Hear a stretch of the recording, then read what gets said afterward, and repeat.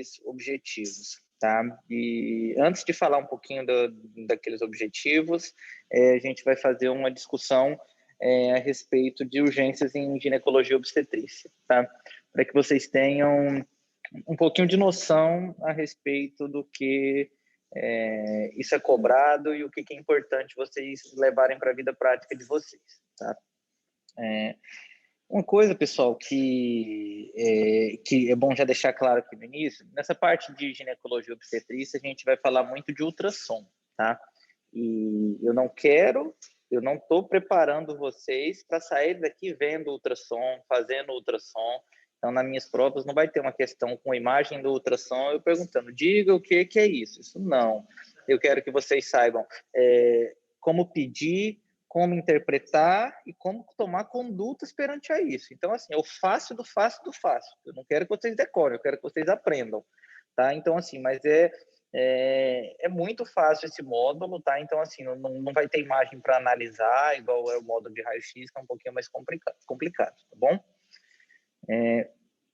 Vamos lá. Sempre que eu tenho algum caso de urgência ou emergência ginecológica, é muito importante a gente saber, aqui mais do que nunca, que o exame complementar, ele é complementar. A gente precisa da anamnese bem feita, a gente precisa do exame físico bem feito. Isso ajuda e muito, principalmente na saúde da mulher.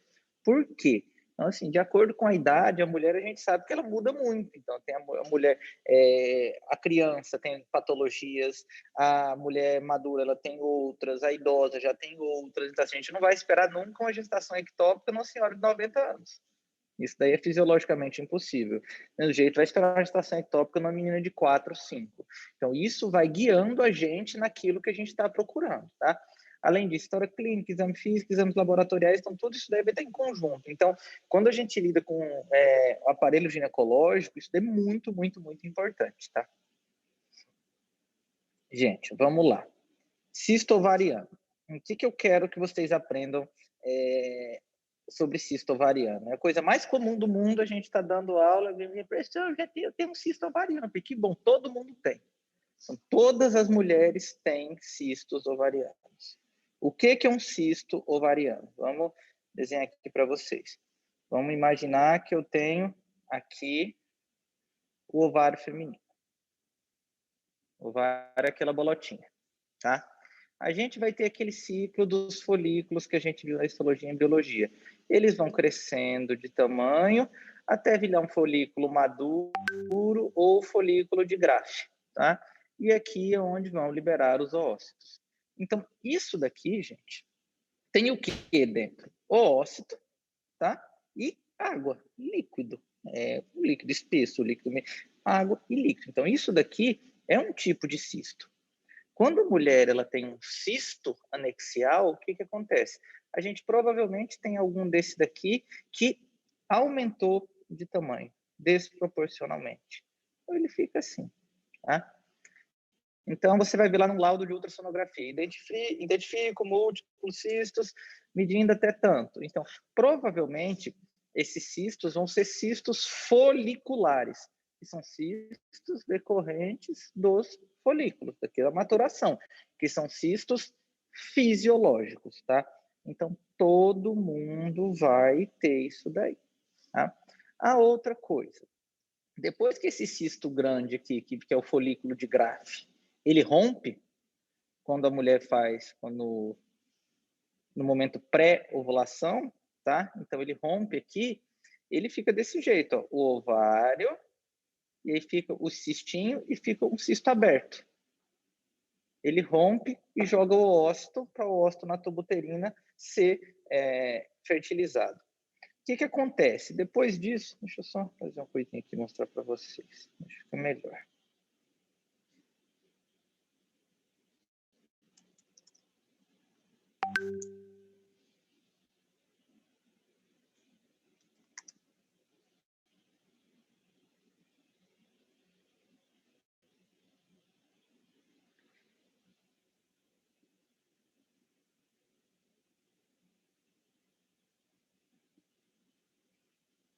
Pessoal, então vamos lá.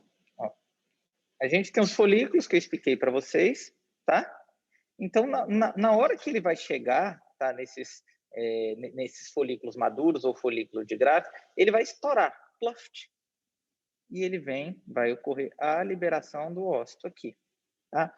Então, esse daqui, que eu estou mostrando para vocês, no ultrassom, ele aparece como um cisto. Você vai ver isso daí é um cistinho. Então, por isso eu digo para vocês que a gente sempre vai ver cisto, tá?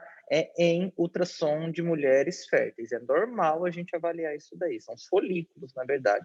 Então, muita gente chama de cisto, tá? E o que acontece? Que a gente, às vezes, encontra um cisto maior numa mulher. A gente vai encontrar um cisto maior porque isso daqui cresce, por algum motivo. Às vezes, isso daqui fica disfuncional, ele não conseguiu chegar na fase madura e ficou disfuncional, e esse cisto que era desse tamanho agora fica assim, ó. E não tem função, não vai ter essa função reprodutiva mais. Então ele vai crescer. Então, isso daí é um cisto ovariano, ponto. A outra coisa que a gente vai ter é isso daqui. O cisto ele rompe no momento da ovulação.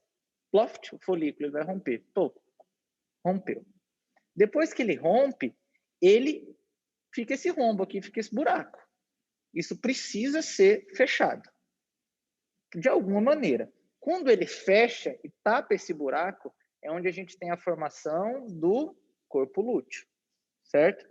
Só que isso daqui, dessa formação, desse fechamento para isso, certo? Tem algumas variantes. Por exemplo, às vezes no momento da ovulação, ploft, eu rompi isso daqui e sangrou um pouco. Sangra, sangra, sangra, sangra. Então, eu tenho um cisto ovariano, um folículo ovariano roto. Você pode romper e sangrar. Na maioria das vezes, isso daqui é autolimitado. Sangrou e parou. Tá? Então, quando vocês ouvirem a terminologia cisto ovariano roto, é o que vai ser? Ou um desse daqui grande rompeu e sangrou um pouquinho, ou um desse rompeu. Outra coisa, corpo lúteo hemorrágico. O que acontece? Um desse daqui sangrou, sangrou, sangrou, fez um hematoma dentro. Qual que é a lógica depois disso daqui? Ele virar corpo lúteo. Ele virar corpo lúteo, ele está com sangue dentro. Então, ele vira um corpo lúteo hemorrágico.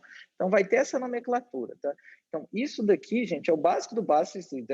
Era para lembrar de cabeça disso daqui, mas só para a gente não se confundir mais lá na frente, tá? Então, isso daqui é a lógica de cistos ovarianos. Deixa eu voltar aqui na aula.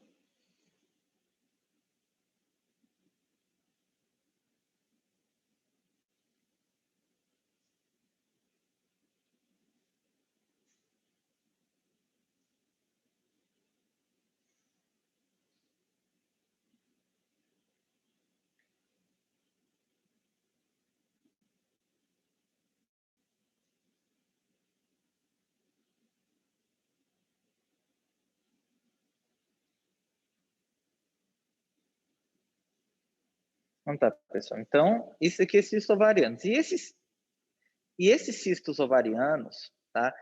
Conforme eu falei para vocês, vocês estão vendo que é uma coisa tão comum, é uma coisa fisiológica, todo mês a mulher de idade fértil passa por isso ele é a causa mais comum de dor pélvica aguda. E aí você vê o povo, então cisto no ovário. Gente, calma. Existem cistos malignos? Existem neoplasias que têm um aspecto cístico maligno, mas normalmente isso é um comportamento fisiológico, tá? Então, durante o ciclo menstrual. Então, são os cistos de corpo lúteo hemorrágico. Na maioria das vezes, eles são autolimitados. Poucas vezes eu vi um cisto sangrar, sangrar, sangrar, sangrar, sangrar e a mulher entrar em choque. Eu peguei 2 vezes isso daí, mas isso aqui é raro. Né? E assim, o aspecto do cisto hemorrágico, ele vai mudar, então você vai ver com septo, com debris, com tudo. Só que uma coisa que chama a atenção é que o cisto hemorrágico, principalmente, ele é um cisto muito feio. Na hora que você coloca o ultrassom e vai passar, a gente vai ver aquele cistão feio, cistão cheio de septo, cisto bem grosseiro, e aquilo assusta muito. Então, na hora que você vê um cisto feio daquele, é a coisa mais comum do mundo a gente pegar exame de, por exemplo, desses colegas que faz curso de final de semana, de ultrassom e ver cisto com aspecto neoplásico no ovário direito. Aí depois de 2 semanas a gente vai lá repetir, faz a ressonância, não tem nada. Agora é comum demais, não tem um mês que não tem um negócio desse. O povo se assusta com o aspecto, é um cisto feio, mas você tem que ter essa experiência. Então, assim, quando vocês pegarem um ultrassom na vida de vocês, que está falando de um cisto complexo, chequem isso, será que não pode ser um cisto hemorrágico? Que tá, porque ele fica feio, porque forma aquele hematomão e depois com 2 semanas ele regride. Ele desaparece, porque é fisiológico, a mulher reabsorve. Tá?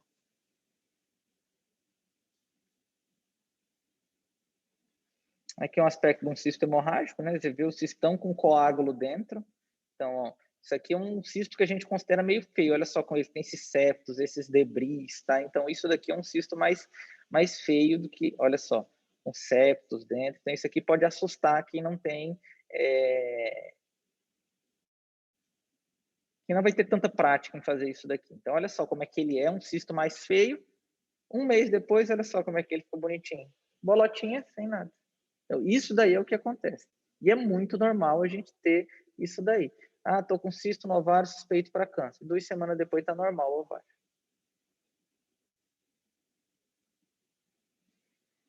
Gente, a respeito de cisto ovariano, ficou alguma dúvida disso que eu falei?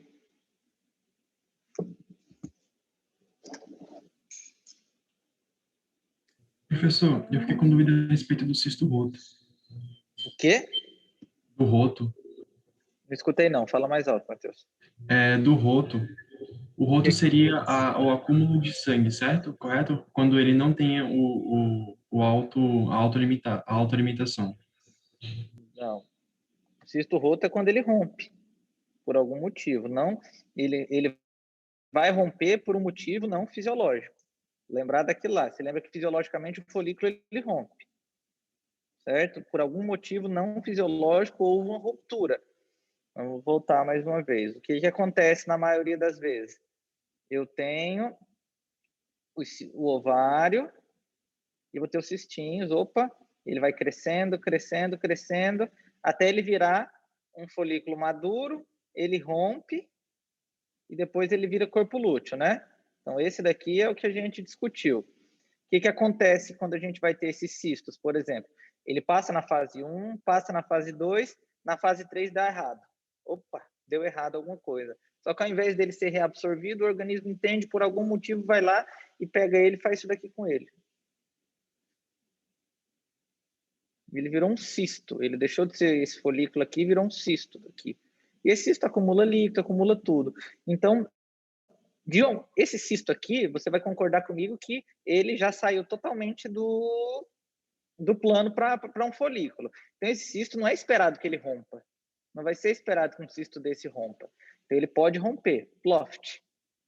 Então, esse cisto aqui, ele rompeu. Então, isso é um cisto ovariano roto.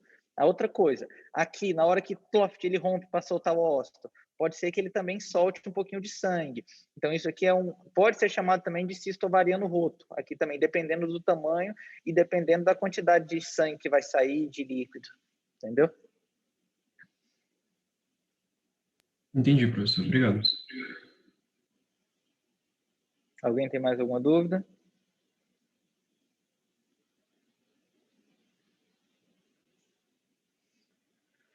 Outro cisto que a gente vai ter bastante, tá? São cistos de inclusão peritoneal, que é outro tipo. O que acontece aqui? Principalmente em pacientes que têm brida, que têm aderência, que fizeram cirurgias prévias. Então, o que a gente vai ter aqui? A gente tem que acumula líquido em alguns locais do peritônio. Então, pronto. Em qual local pode acumular? Em todo local. Onde tiver órgão peritonealizado, pode acumular cisto. Então, isso daqui é muito, muito, muito comum, né?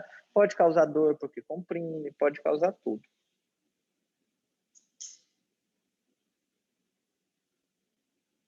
Só mostrando que tem um cisto de ovário roto, rompeu e depois esse aqui teve que tirar, né? Só, cisto ovário sangrou bastante. E aqui, pessoal, a parte que eu considero a mais importante da aula, que a gente vai discutir, que é sobre doença inflamatória pélvica, tá? Então, que o povo chama de DIP, DIPA, vamos lá. Deixa eu abrir outra coisa aqui, só um minutinho.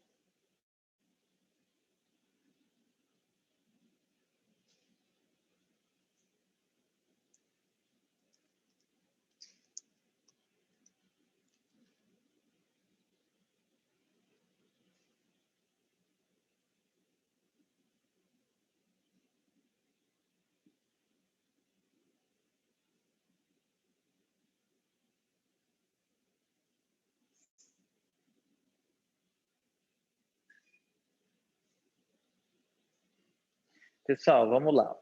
Vamos pegar essa imagem aqui que a gente tá vendo. Tá? Como é que se dá a doença inflamatória pélvica, a doença inflamatória na mulher? É sempre ascendente. A gente nunca vai ter, começou aqui no ovário e depois veio para cá. Não. A doença inflamatória sempre começa na vagina. Ela começa daqui, da vagina ela passa para a cérvice, e da cérvice ela vai passar para o endométrio, e do endométrio ele vai passar para a tuba uterina, que vai vir para o ovário. Então, essa é a lógica, é uma infecção ascendente, ela vai subindo, certo? Então, vamos lá.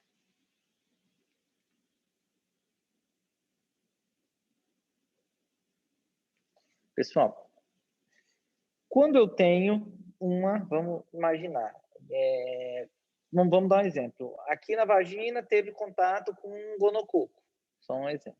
O que vai acontecer com a vagina aqui? A gente tem o contato com o gonococo, ela vai ficar inflamada, o organismo ele vai mandar marcadores inflamatórios para aí, vai ficar tudo. E a principal característica aqui é aquele processo inflamatório, ou seja, vai ter aquele corrimento, vai estar saindo corrimento. Aqui na vagina, vocês acham que pode se acumular pus aqui dentro? Fazer um abscesso aqui dentro da vagina?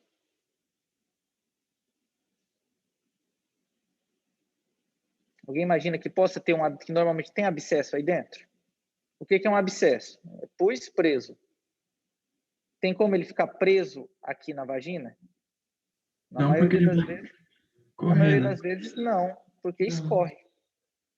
Escorre. Por isso que a mulher tem corrimento. Se ficasse preso, acumulasse, tudo bem, faria um abscesso. Na maioria, mas não tem lógica nenhuma dentro da vagina eu ter pus acumulado. Então, vamos lá, essa é a primeira parte, beleza. Na cervice, que é isso daqui, que é um canal, que é um tubo. É esse lugarzinho que eu marquei.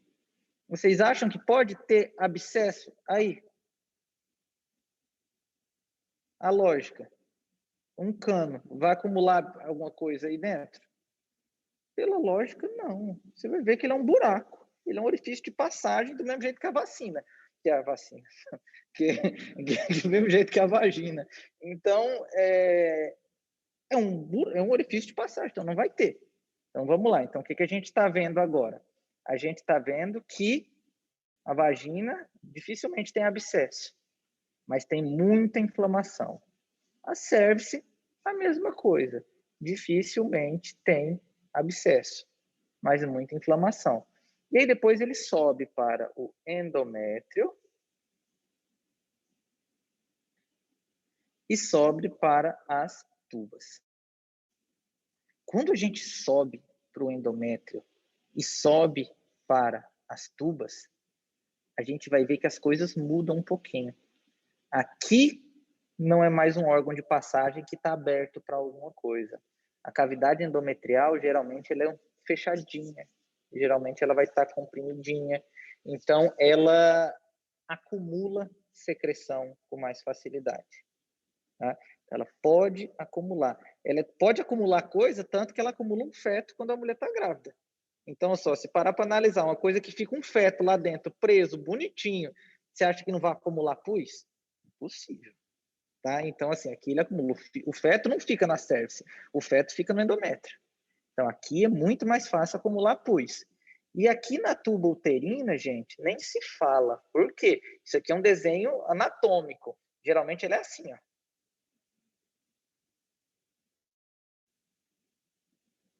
Esse é o aspecto de uma tuba uterina, geralmente. Então, imagina só, aqui, qual é a facilidade de acumular pus aqui dentro? Gigantesca. Tá? Então, isso daí é o que eu queria que vocês soubessem. Aonde fica mais fácil acumular líquido? E no processo, do mesmo jeito que lá no FAST, a gente falou que até que prove ao contrário, no trauma, todo líquido é igual a sangue. aqui no processo inflamatório, infeccioso, até que prove ao contrário, todo líquido é pus. Tá?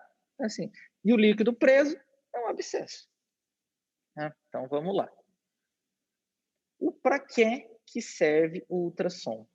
O ultrassom, ele é muito bom para ver líquido. O ultrassom, ele vai ver líquido. E líquido acumulado, melhor ainda. Então, líquido acumulado, o ultrassom vai ser excelente. E aí, eu pergunto para vocês, se eu tiver uma inflamação na minha vagina, uma DIPA, você lembra que ela começa na vagina, tá? Só restrita à vagina. O ultrassom vai ver alguma coisa? Não, porque o ultrassom ele vai ver com o líquido acumulado. Se eu tiver, por exemplo, uma cervicite, que é a inflamação da cervice, meu ultrassom vai pegar alguma coisa acumulada aí? Não. Não. Então, esse é o primeiro conceito. A gente, no caso de uma vaginite, uma vulvovaginite ou de uma cervicite, o ultrassom ele pode estar normal. O ultrassom não encontrar nada não significa que não tem um processo inflamatório.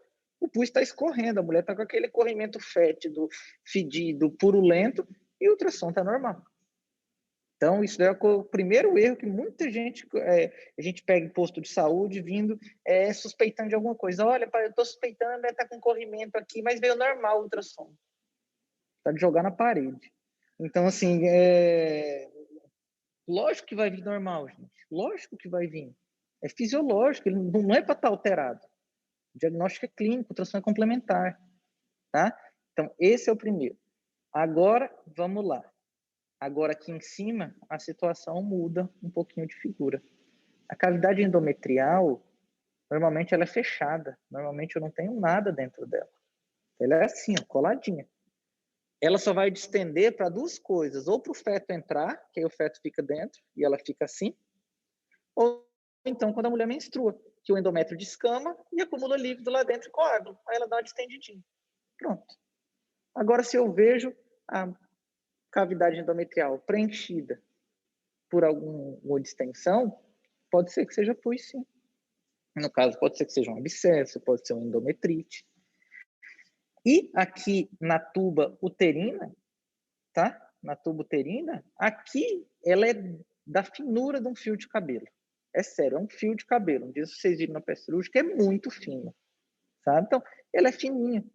Na maioria das vezes, eu nem vejo a tuba uterina no ultrassom e nem vejo, às vezes, nem na ressonância. Então, assim, ela é tão fina que a gente não consegue ver no método de imagem. Então, se eu fiz um ultrassom e vi ela, alguma coisa está errada. Significa que eu vi. E aí, volta aquele negócio. Aquele colega que falou que viu pus e o ultrassom está normal e não sei o quê, tá aí, ele pediu ultrassonografia e está questionando que está normal. Ele está errado em pedir ultrassom?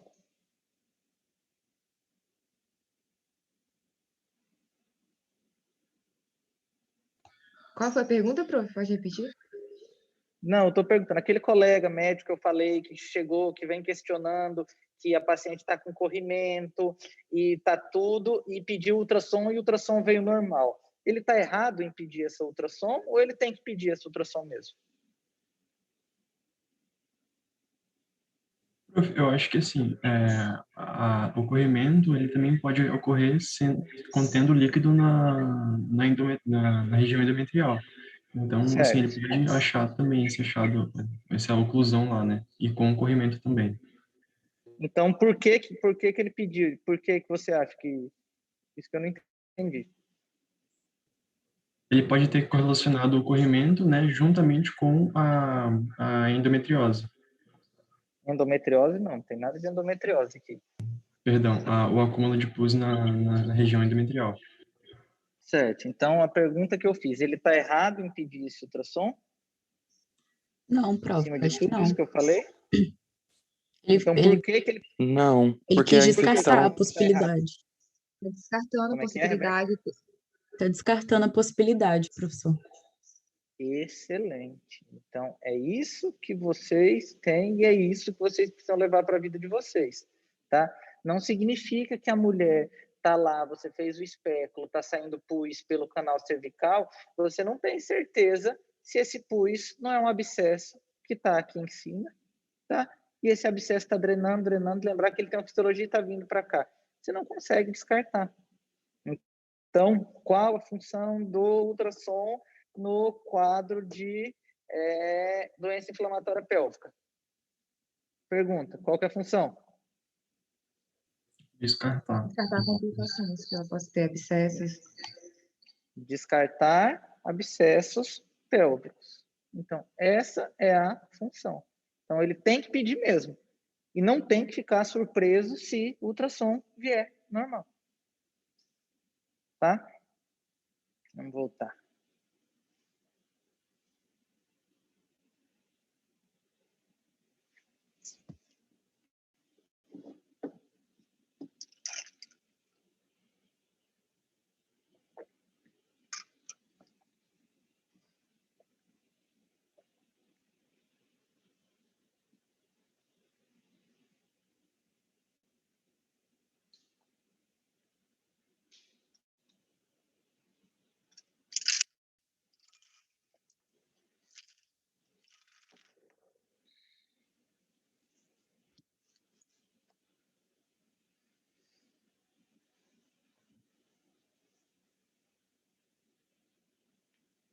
Então, vamos lá. Então, tudo aquilo que a gente falou. A doença é infecção ascendente, ela vai ter principalmente na pré-menopausa por gonococo e clamídia, uma das principais causas é através de relação sexual.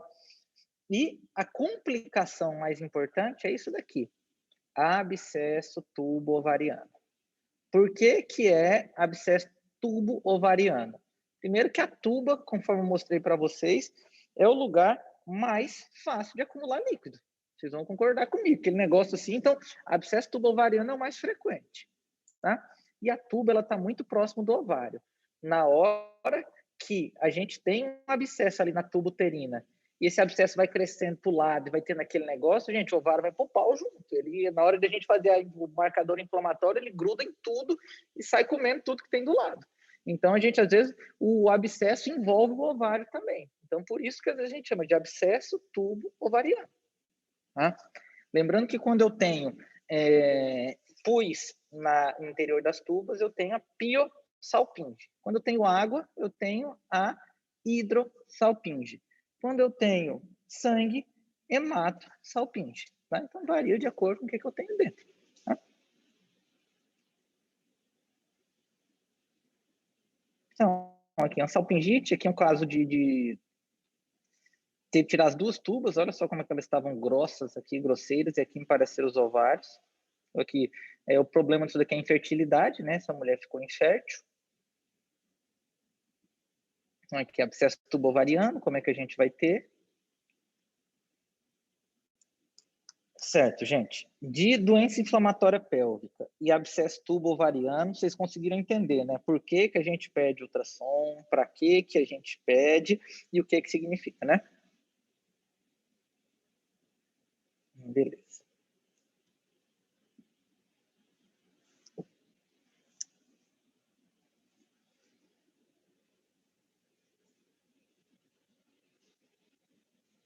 Só um pouquinho, pessoal.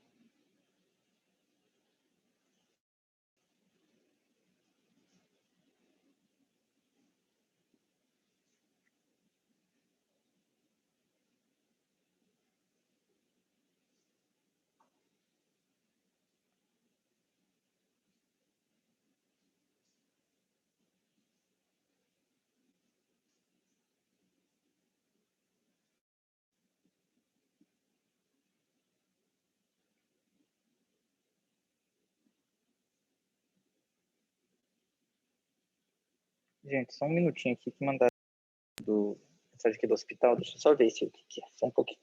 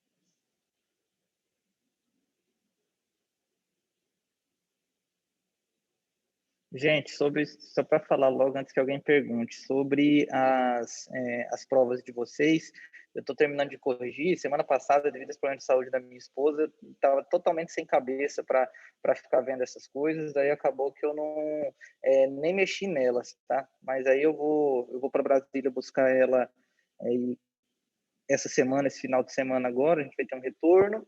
E aí, provavelmente agora esse final de semana, se Deus quiser, eu vou terminar de corrigir. Aí eu já mando para vocês, tá? Aí não fico com raiva não, porque realmente estava sem cabeça para corrigir. Vamos lá. E aí também depois no final da aula eu vou marcar com vocês, como eu vou precisar buscar ela por conta do retorno, na próxima terça-feira eu vou estar voltando de viagem. Então na próxima terça-feira a gente não vai ter aula presencial aqui nesse horário. Então, eu vou combinar com a coordenação, ver se eles me autorizam a gente a dar outro dia, tá certo? Ou então, se eles me autorizam a gente a fazer por vídeo, eu dou aula para vocês lá, ou se eles me autorizam a gente fazer uma aula conjunta da turma A e da turma B na segunda-feira. Eu vou ver isso daí direitinho, eu aviso vocês, tá? Vamos lá, gente.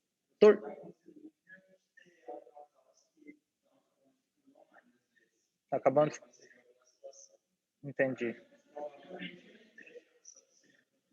Não, então tá bom. Então eu vou checar isso daí, porque o que a gente vai ter retorno com o geneticista dela na segunda e com o de cabeça e pescoço na terça-feira. E aí na terça-feira à tarde a gente tá retornando.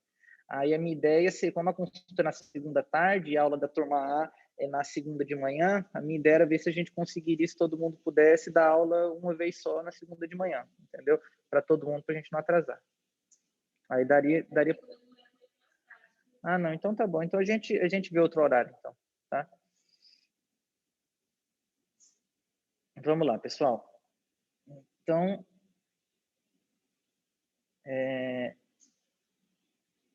vamos voltar aqui.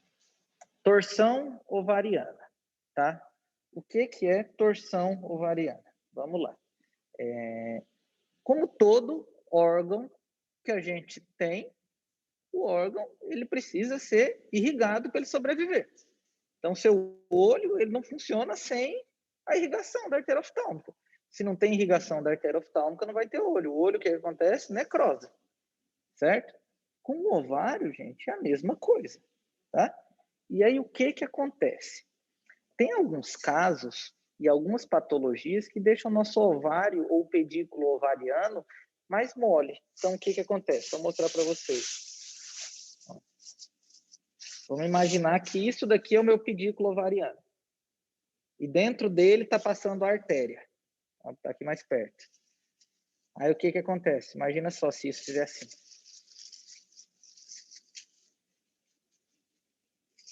O que vai acontecer com a minha artéria que está dentro? Se ele der essa torcidinha?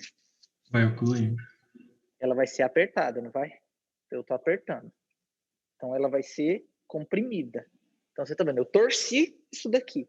Eu torci, comprimiu a artéria. Então, isso é uma torção ovariana.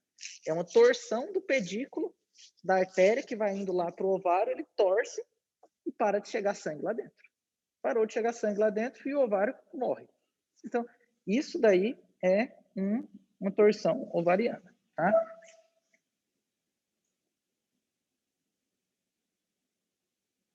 E aí, pessoal, torção ovariana é uma coisa assim que a gente tem patologias que predispõem a mulher a torcer o ovário, o pedículo ovariano. O que é, por exemplo? O ovário, ele geralmente é bonitinho, fica pequenininho, 2, 3 gramas, uma coisinha. Concorda comigo que cresce um tumor no ovário, um nódulo aqui. O peso do ovário já muda? Esse ovário que era assim, ele vai ficar assim? E aí, daqui a pouco, a mulher tem filho, faz a cirurgia, faz bariátrica, emagrece, engorda, junta com o tumor, o peso faz assim. Aí depois tem outra coisa, tem uma brida, tem não sei o quê, ele torce mais um pouquinho. Então, ele vai torcendo. Então, geralmente, procedimentos cirúrgicos, tumores ovarianos, essas coisas, elas vão favorecendo a mulher a ter torção ovariana. Tá? E aí, torção ovariana é um diagnóstico muito difícil de se fazer, mais uma vez. Ultrassonograficamente falando, não é fácil. A gente pega muito diagnóstico de torção ovariana que o ultrassonografista deixa passar. Porque o que acontece? Vamos lá. Eu acabei para falar para vocês que o que é a torção ovariana? Para de chegar sangue no ovário, né? E o ovário necrosa. Então, se a gente vai ver lá no Doppler, que é o método que avalia que está chegando sangue lá dentro ou não, o fluxo sanguíneo, então você vai imaginar logo, não, então não vai ter fluxo sanguíneo lá. Então, vou passar o Doppler e não vou ver nada lá. Gente, só que o nosso organismo ele é muito inteligente, sabe? Ele é muito inteligente. O que acontece? Quando não chega sangue num lugar, opa, não está chegando. O que o organismo faz? Vou desistir desse ovário, deixa morrer, não serve para nada não. Ele não faz isso, ele pega e faz justamente o contrário. Ele pega e vai, não, vou mandar mais sangue ali para o lado, eu vou dar um jeito, eu vou abrir um colateral, eu vou fazer alguma coisa para irrigar esse ovário. E ele abre um monte de colateral, ele fica mandando, ele hiperemia vasos ao redor, faz tudo para tentar salvar esse ovário. E isso leva a uma hiperemia transitória ali.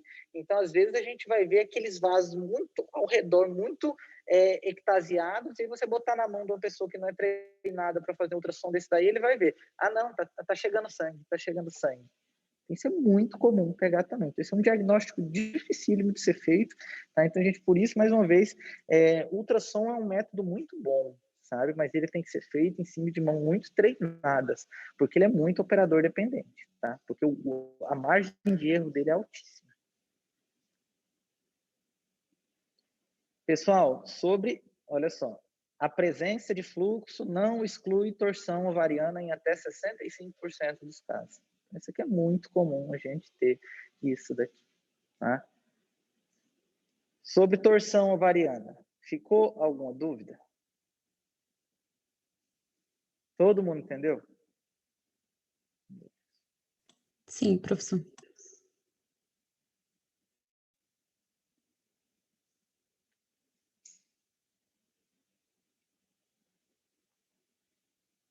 Vamos lá. Então, agora vamos para o primeiro tópico que a gente colocou como objetivo. Vamos lá.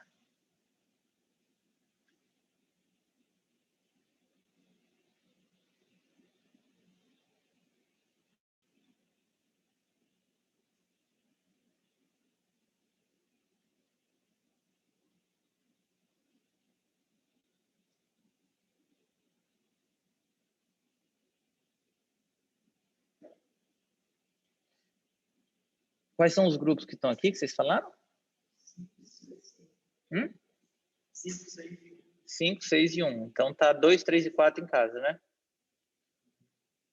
Vamos lá, alguém do grupo 2 aí. Professor, eu sou do grupo 1 e estou assistindo de casa. Certo.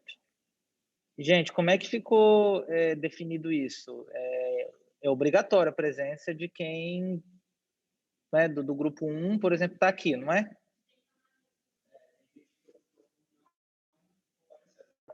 Então, professor, sou do grupo 1, estou em casa, mas não obrigaram todo mundo a ir.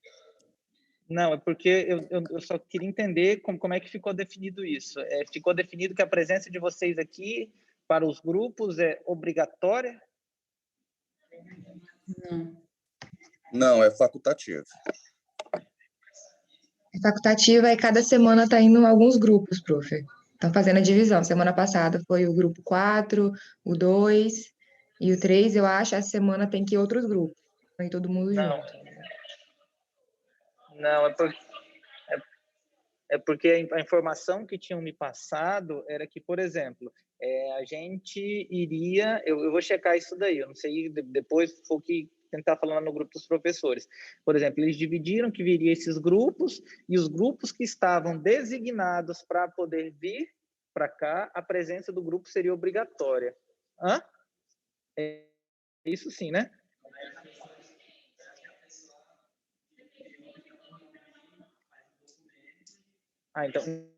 Então existe isso eu não sabia. Então existiu isso daí também de pessoas que não fizeram documento para não precisar comparecer à faculdade, que preferem ficar de casa. Beleza. Tá bom.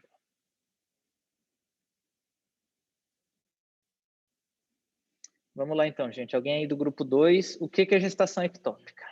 Posso começar? Pode. A gestação ectópica ela é caracterizada pela uma gesta que não se situa no útero, né? Podendo ser, na maioria dos casos, 95% das vezes, ela é localizada na tuba uterina, né? Só um pouquinho. Calma. O que é gestação ectópica? Vamos lá, de primeiro corte. É uma gestação o quê? É uma gestação que não se localiza no útero. Ela Já se está situa errado. fora Tá? do útero. Não. O conceito está errado. Tá? Então, vamos lá. Gestação ectópica, tá? É aquela que não se... Vou colocar aqui para vocês entenderem.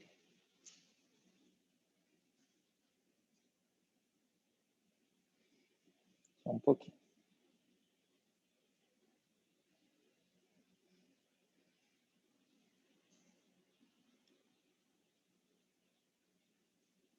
Gestação ectópica é aquela que não se localiza na cavidade endometrial, que é o local habitual. Então, por exemplo, aqui eu tenho a diferença, só um exemplo, de uma gestação tópica, está dentro do endométrio, e uma gestação ectópica. Às vezes, o saco gestacional se implanta fora da cavidade endometrial, se implanta no miométrio. Então, às vezes, a gente pode errar quanto a esse diagnóstico. Então, isso é uma pegadinha que pode cair em prova. Gestação ectópica é aquela gestação que está fora da cavidade endometrial. Porque a gente tem casos de gestação dentro do útero que pode existir, não é tópico, esse feto aqui não vai a termo, certo? Vamos voltar lá. Primeiro ponto, esse daí, gestação ectópica. Agora, o que mais, Matheus? Eu também vi, professor, que, assim, como a gente pode caracterizar essa gestação ectópica, né? Então, nós temos meios de diagnósticos, né, laboratoriais que podem classificar essa gestação, né, e podem dar um diagnóstico mais assertivo a respeito dela, né? Porque quando a gente tem uma gravidez ectópica, não significa que esse feto não vai iniciar o seu desenvolvimento. Esse início desse desenvolvimento, ele é caracterizado pela produção de beta-HCG, né, que ele pode ser dosado, né, e essa dosagem do beta-HCG é muito importante, juntamente com a ultrassom transvaginal, para diagnosticar a gestação ectópica. Certo. Então, vamos lá. Já entendi essa parte aí. Então, vamos lá. O que é gestação ectópica? Então, a gente chegou à conclusão que gestação ectópica é uma gestação fora da cavidade endometrial. Bom, vamos lá. Quais os diagnósticos diferenciais de uma gestação ectópica, Matheus? Vamos lá. Bem direto. Doença inflamatória pélvica, apendicite também pode ser colocado. Pronto, parou. Por que apendicite é um diagnóstico diferencial? Explica para mim aonde está a lógica nisso daí. Apendicite ser um diagnóstico diferencial.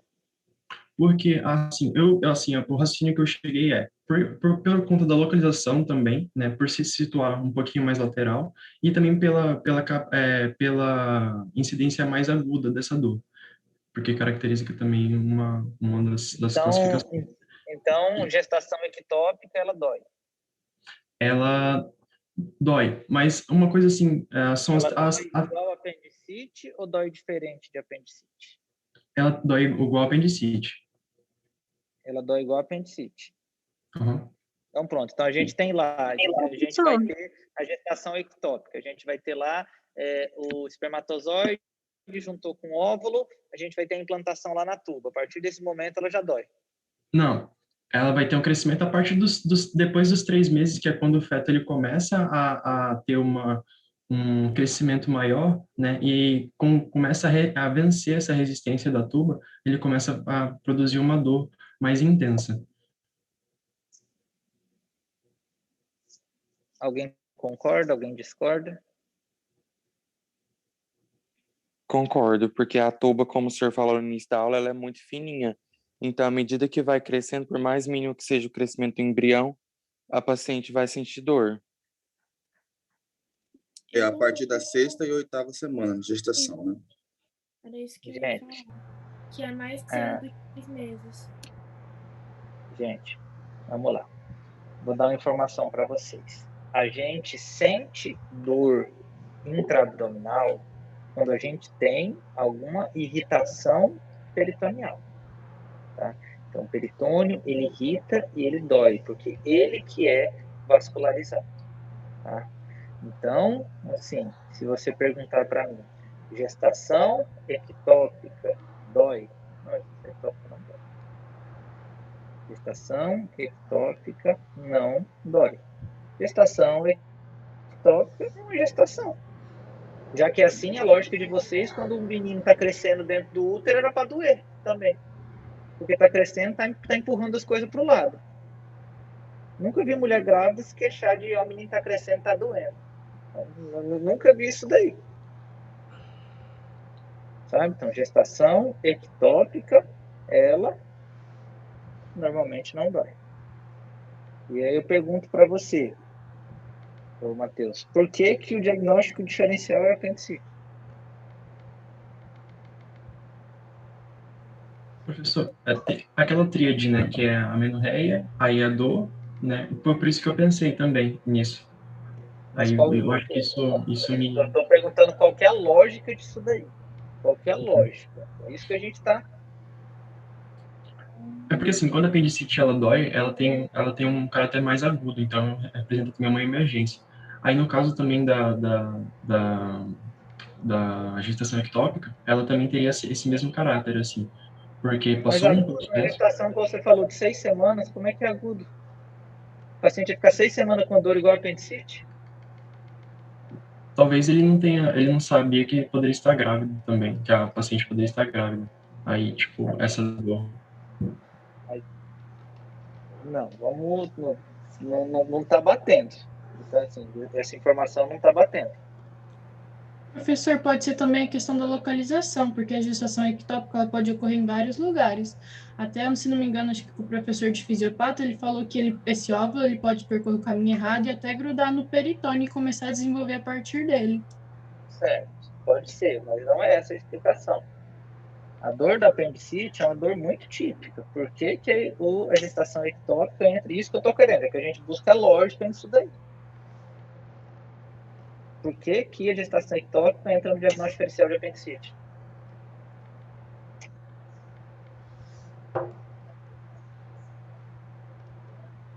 Ô, prof, não é a localização no corpo mesmo?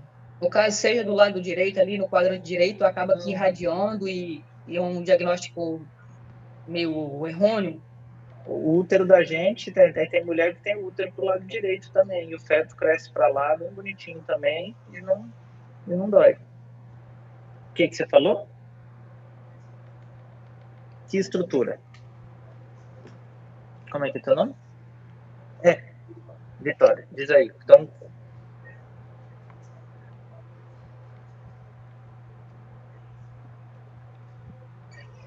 certo. Então, o que a Vitória falou? Ela falou que pode doer quando rompe. Então, rompeu a gestação ectópica, e aí? E aí provoca dor no abdômen, que é semelhante à apendicite. Certo. Então, pelo menos uma pessoa. Vamos lá. O que acontece, gente? Esse é o maior erro que a gente comete tudo quando a gente vai estudar a gestação ectópica. Existem 2 tipos de gestação ectópica. Existe a gestação ectópica e existe a gestação ectópica rota, que é a gestação ectópica que rompe. A gestação ectópica em si, ela é o quê? Um feto crescendo em algum lugar. Se o feto ele dá conta de crescer no útero e ele cresce e vai crescendo, a mulher não sente dor. Na tuba, que é um órgão um pouco elevado, vai sentir dor? Vai. O feto está crescendo. O feto pode estar crescendo aqui no pé da orelha, tá certo? Se fosse possível. Não ia sentir dor. O feto está crescendo no canal cervical. Beleza, excelente para ele, bom demais. O que acontece? Não dói a gestação ectópica. De maneira alguma. Dói E o perigo da gestação ectópica é quando ela rompe. Isso daí. E a gestação ectópica, ela rompe com muita frequência. Então, existe gestação ectópica e gestação ectópica rota. Quase toda gestação ectópica fica rota, mas não são todas. E aí, o perigo da gestação ectópica é ela romper. Por quê? Vamos lá, eu tenho meu útero, aqui, a minha tuba, e aqui. Beleza. Aí eu tô com o meu feto crescendo aqui. Aqui no útero, quando se o meu feto estivesse crescendo aqui, no útero, ele poderia crescer bastante. Crescer 1, 2, 3, 4, 10, 20, 30 centímetros, porque o útero é próprio para isso. Aqui a tuba não aguenta. E o que é a gestação? O que é um ser vivo formando? É igual um tumor, gente. É vaso para tudo quanto é lado. Placenta sangra para burro, chega muito sangue dentro daquilo ali. Tem invasão de cistitroflobasto, é o tendel de vaso. Aquilo ali é vaso que não acaba mais. É igual um tumor, aquele tanto vaso que tem. E aí, imagina só você pegar uma coisa nova se formando, que está se formando um coração, está se formando, e você vai lá e rompe isso daqui. Loft. O que acontece com isso? É sangue para burro. É muito sangue. Aqui dentro ele não rompe, mas aqui ele rompe com facilidade. Aqui perto do ovário ele rompe com facilidade. E aí é sangue. E aí quando a gestação ectópica rota, ela sangra, ela irrita o peritônio. E aí quando ela irrita o peritônio, se ela estiver principalmente do lado direito, tá certo? Ela pode mimetizar uma apendicite aguda. Então, essa é a resposta por que a apendicite aguda entra no diagnóstico diferencial de uma gestação ectópica rota. Então, lembramos, gestação ectópica rota, certo? E aí o Matheus falou também, vamos aprender as coisas aprendido, da tríade. Qual que é a tríade, Matheus? A amenorreia, dor pélvica, e a terceira seria... Sangramento vaginal. Isso. Sangramento vaginal, isso mesmo. Então, pronto. Por que a pessoa vai ter dor pélvica? Por conta, talvez, do rompimento da ruptura que irritou o peritônio. Por que a pessoa vai ter amenorreia? Porque ela vai estar grávida. Aí é o tá nível grávida. Então, independente se ela está a gestação no começo, ela está no útero ou fora do útero, a mulher está grávida.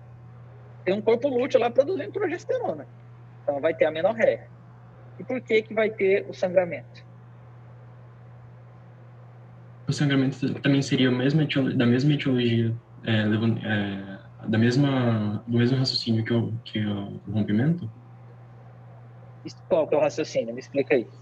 Que seria, assim, o sangue, né, tendo o fluxo de sangue ali na tuba uterina, havendo o rompimento, poderia descer esse sangue pelo canal vaginal?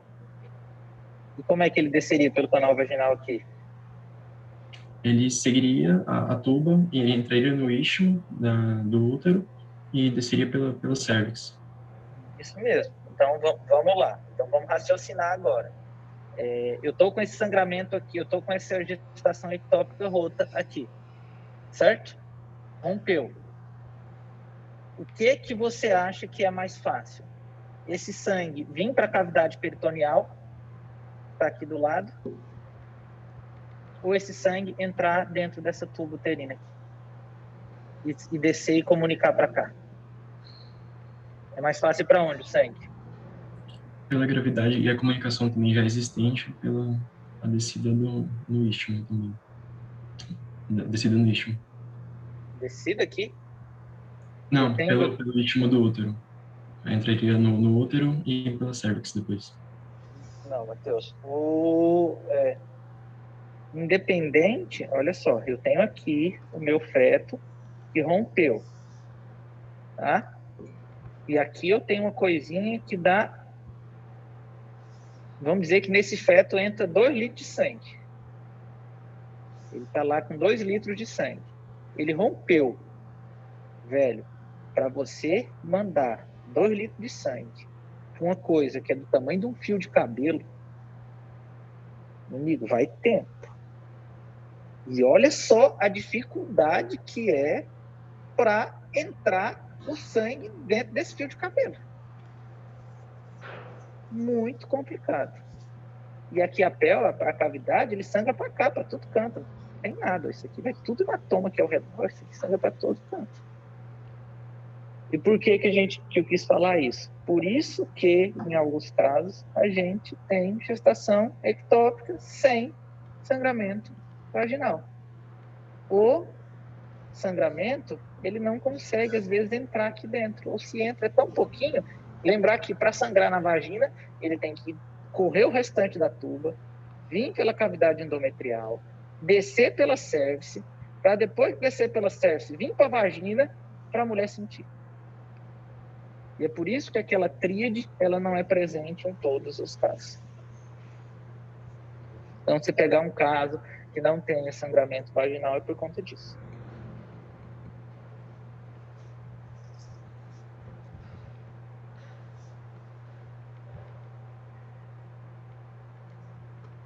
Só ver o que falaram.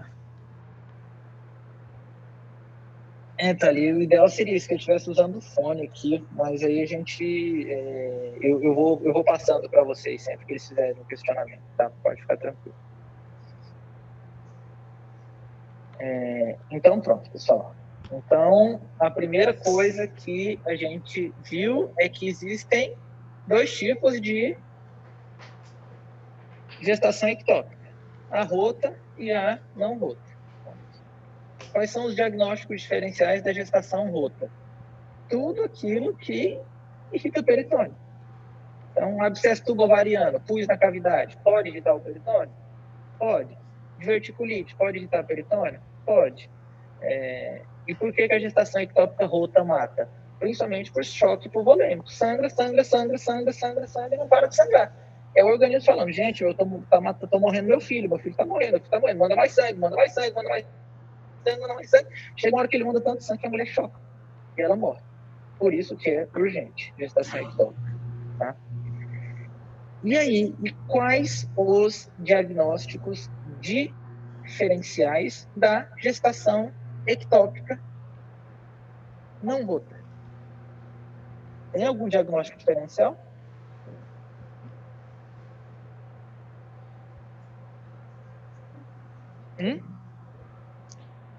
Questionário de tumores. Me explica aí qual que é a lógica disso.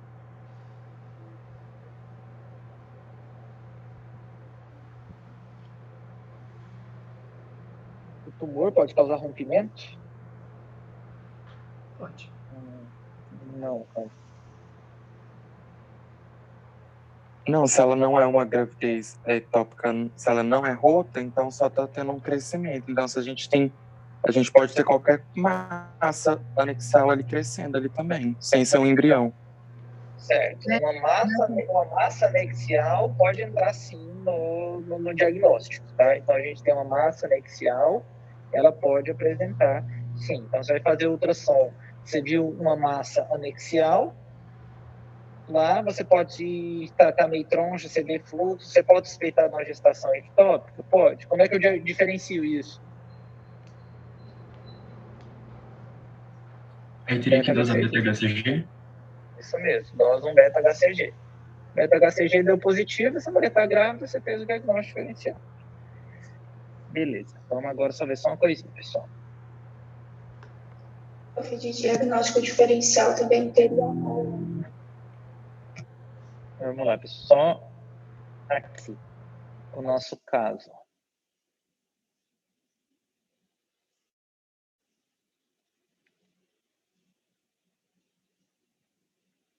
Dr. Walter solicitou beta-HCG qualitativo, cujo resultado foi positivo. Então, a paciente lá do nosso caso, ela fez um beta-HCG, então deu positivo. Isso significa o quê? Ela está grávida. Está grávida. E a ultrassonografia transvaginal não identificou saco gestacional no interior da cavidade uterina, observando sua mínima quantidade de líquido livre na pelve. Então, o que isso significa? Uma gravidez ectópica. Uma gravidez ectópica. Qual que é o tratamento aqui? Nesse caso, dosando o beta-HCG quantitativo, se for até 5.000 unidades, pode ser usado o medicamento, que se eu não me engano, é o metatrexona. Metotrexato. Metatrexato, perdão. Então, E aí a gente pode fazer...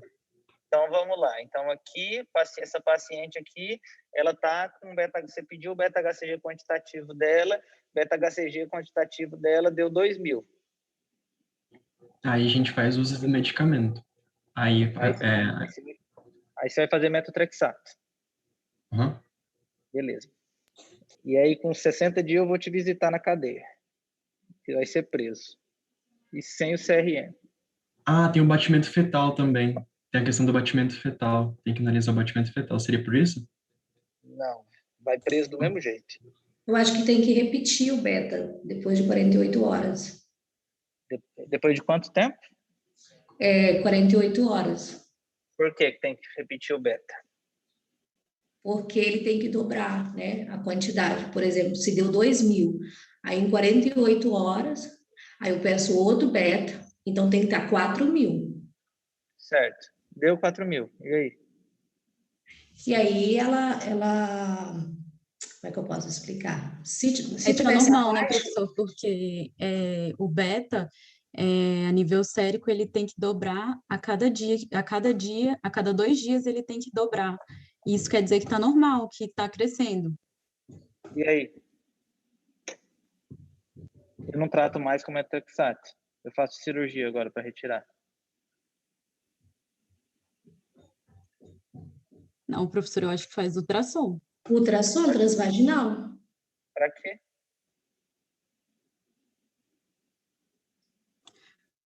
Para localizar, ver se tá no miométrio ali, se está na cavidade uterina ou se está se é ectópica. Mas ele não já viu aqui que não tem nada?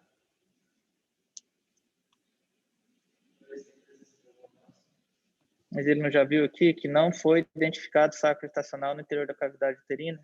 Então ela abortou. Então ela abortou, e como é que aborta e dobra o beta-HCG?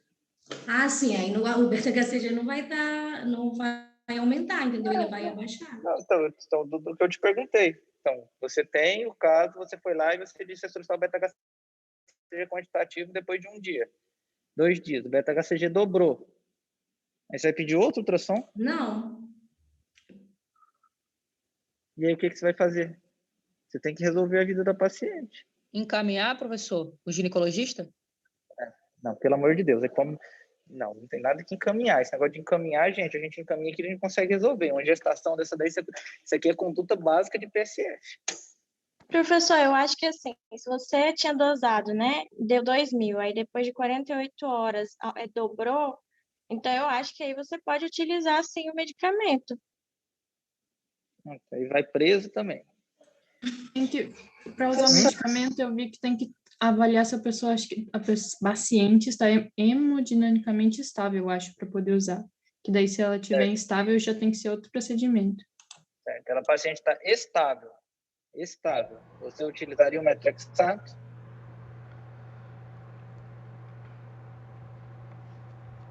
Professor, tem que usar o metotrexato, acompanhar durante 1 semana, e se aí não continuar, se continuar presente o nível de beta-HCG, por mais que você esteja hemodinamicamente estável, tem que fazer a cirurgia, né? Excelente, Jonathan. Vai preso também. Todos juntos. Todo mundo preso aí. Vamos lá, gente. Pelo amor de Deus, não tem um que consegue resolver a vida da menina. Vai todo mundo matar um imunoglobulina. Isso aí. Vai preso também. Uma coisa mais chique. Isso aí. Vai. Pode. Bora, gente. O que eu faço com essa paciente? Qual que é o tratamento aqui? Estudar. Tem que saber o tamanho da massa anexial também, né? Tu não viu nada aqui de massa anexial.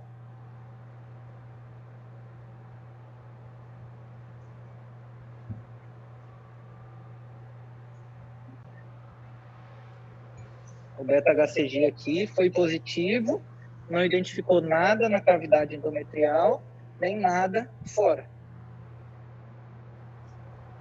Hã? Pode estar no início? Por quê?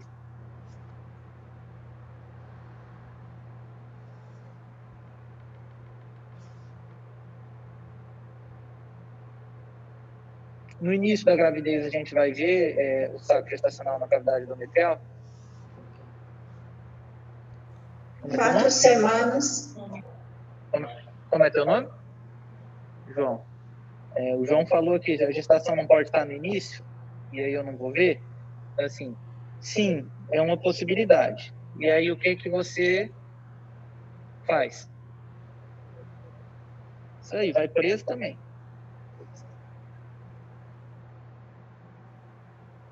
Preso também. E aí, João? O que você faz?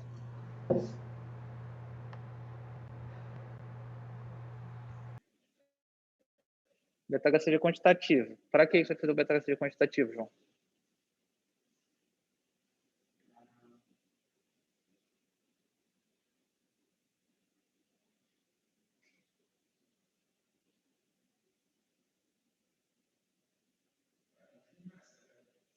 Confirmar. Beta-HCG deu 2.000. Confirmou o quê, bicho?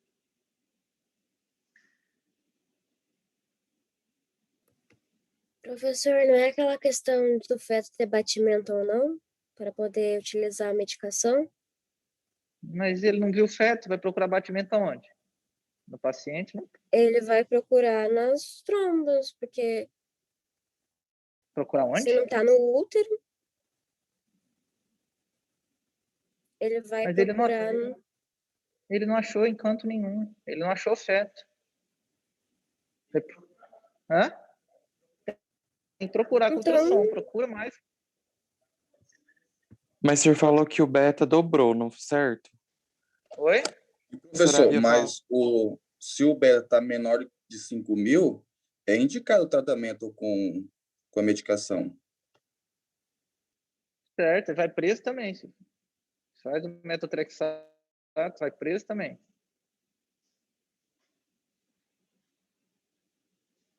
Bora, gente. Você tem coisa mais simples. Você está no seu PSF, chegou uma mulher com beta-HCG positivo e a ultrassonografia vaginal não identificou, veio normal.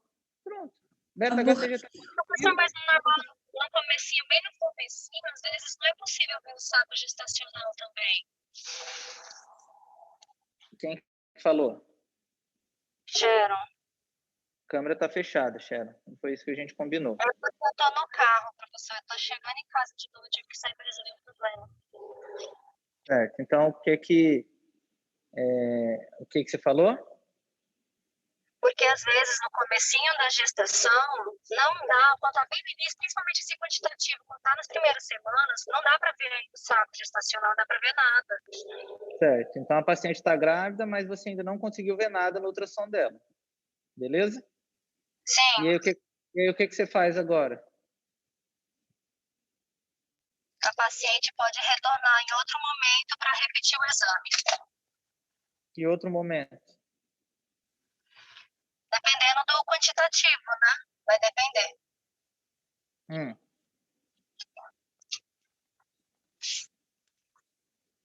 Então, vamos lá, gente.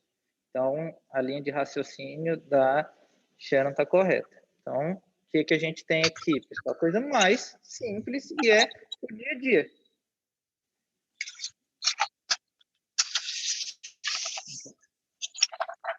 Sharon, fecha teu áudio aí, mulher, rapidinho. Ai, desculpa, professor.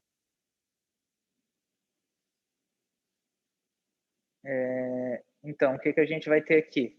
Eu tenho que o beta-HCG, ele positiva primeiro que a minha ultrassom. beta-HCG está positivo, mas eu só vou ver saco gestacional a partir da 4ª semana. Certo? Às vezes, e tem pacientes que até na 5ª semana. Tá? Então, às vezes a gente vê o beta-HCG está positivo e eu não vejo nada dentro da barriga do paciente, no ultrassom. E aí, o que eu faço? Eu peço um beta-HCG quantitativo para ver se o beta-HCG está evoluindo de maneira adequada, certo? A gente vai pedir beta-HCG excelente. Vou repetir o meu ultrassom com 1 ou 2 semanas. Pronto. Acabou. Repito o ultrassom com 1 a 2 semanas e vejo, está lá o saco gestacional e o feto todo bonitinho. E aí, o povo que prescreveu metotrexato para esse paciente está tudo preso, porque matou um feto. Eu vou lá visitar você, Tarek.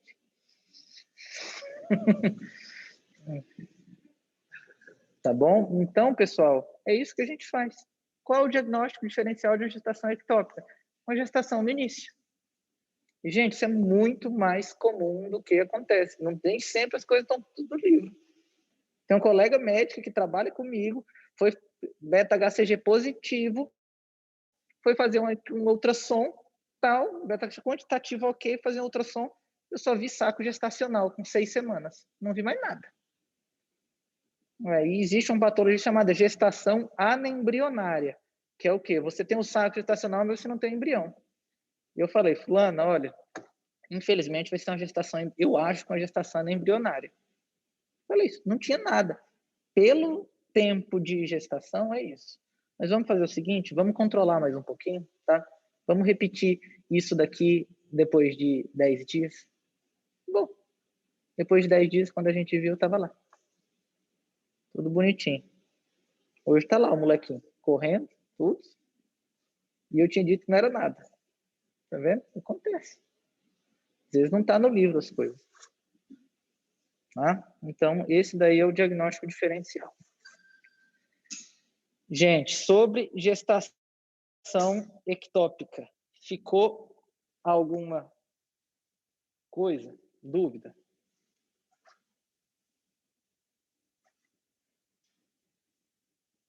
Ih, Jonathan, na cadeira eles não gostam de quem mata menino, não, viu? Matar criança, então vocês estão lascados lá, viu? Você e o Tarek, velho, então, e o Matheus estão lascados lá dentro.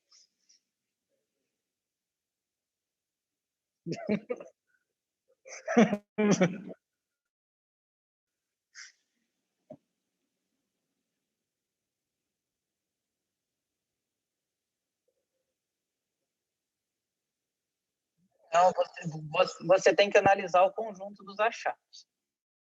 Você tem que analisar essas coisas que estão batendo. Por exemplo, você pediu, você sabe, quando foi a suspeita? Eu tenho a suspeita de estar com 4 semanas. Beleza, ok. O beta-HCG quantitativo, ele está batendo com 4 semanas? Tá. Então, você tem a amenorreia batendo, o beta-HCG quantitativo batendo. Depois você vai lá e pede outra. Não, tá tudo ok. Depois, com mais 2 dias, você viu que o beta-HCG dobrou o quantitativo. Não, tá tudo bem. Então, assim, eu vou esperar, deve ser ultrassom que não tá pegando. Aí você faz ultrassom com mais 2 semanas, 1 semana, tá lá as coisas normais, o beta-HCG vai seguindo. É uma coisa só que você está fazendo. Agora você vai ver, vamos botar o exemplo. Pô, eu tenho uma gestação, uma amenorreia de 4 semanas. Um beta-HCG, só um exemplo, um beta-HCG quantitativo de 2.000, só um exemplo. Tá, você mede esse beta-HCG com 2 dias, esse beta-HCG continua com 2.000, você mede com mais 2 dias, ele subiu para 2.100, 2.200. Você não viu o saco gestacional naquele momento. Você concorda que a possibilidade de não ter uma gestação evoluindo aí é muito... Uma gestação evoluindo errado é muito maior? Tem uma coisa errada. O beta-HCG não está subindo da maneira que era para ele subir. Aí sim, você vai investigar. E como é que você investiga? Pede ultrassom, você pode pedir ressonância de pelve, e aí você vai atrás, que aí o negócio não é mais contigo. Aí você já, esse é um caso que você tem que encaminhar para um serviço terciário. Então tem que mandar para uma maternidade, para algum outro local. Mas esse daqui, que é um caso básico, que é do dia a dia, é isso que acontece.